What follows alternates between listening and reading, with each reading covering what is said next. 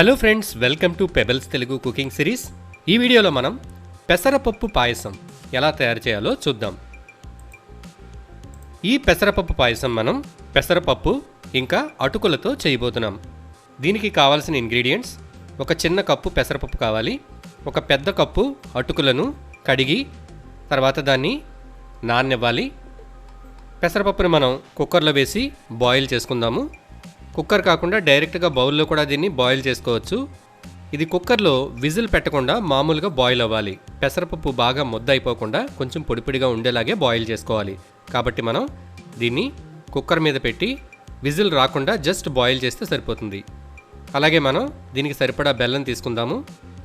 200 to 300 grams బెల్లంలో ఒక పావు గ్లాస్ నీళ్లు వేసి నానబెట్టుకుందాము. ఇప్పుడు ఒక కడాయి తీసుకుని అందులో వాటర్ వేద్దాం. వాటర్ బాగా వేడెక్కిన తర్వాత ఈ నానిన అటుకులు ఏవైతే ఉన్నాయో ఈ అటుకులను ఇందులో వేద్దాం.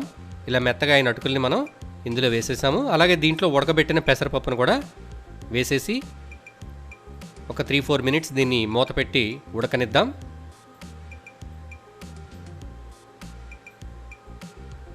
ఈ అటుకులు పెసరపప్పు బాగా ఉడకనిద్దాం.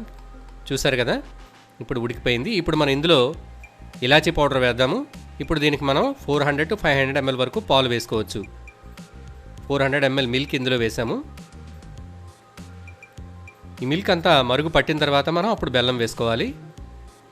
ఇప్పుడు ఇందులో చిన్న పచ్చకర్పూరం చాలా తక్కువ వేసుకోవాలి, ఎందుకంటే ఇది ఎక్కువ ఘాటుగా ఉంటుంది, స్మెల్ ఉంటుంది. చాలా తక్కువగా పచ్చకర్పూరం వేసి కలుపుకున్నాము. ఇప్పుడు కరిగించుకున్న బెల్లాన్ని ఇందులో వేసుకుందాం మనం.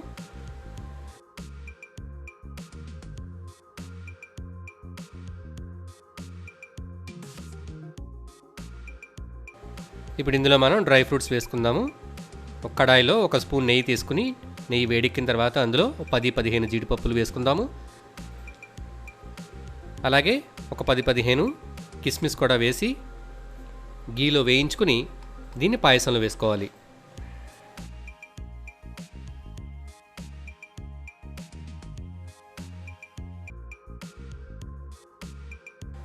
చూసారు కదా, టేస్టీ అటుకుల పెసరపప్పు పాయసం రెడీ.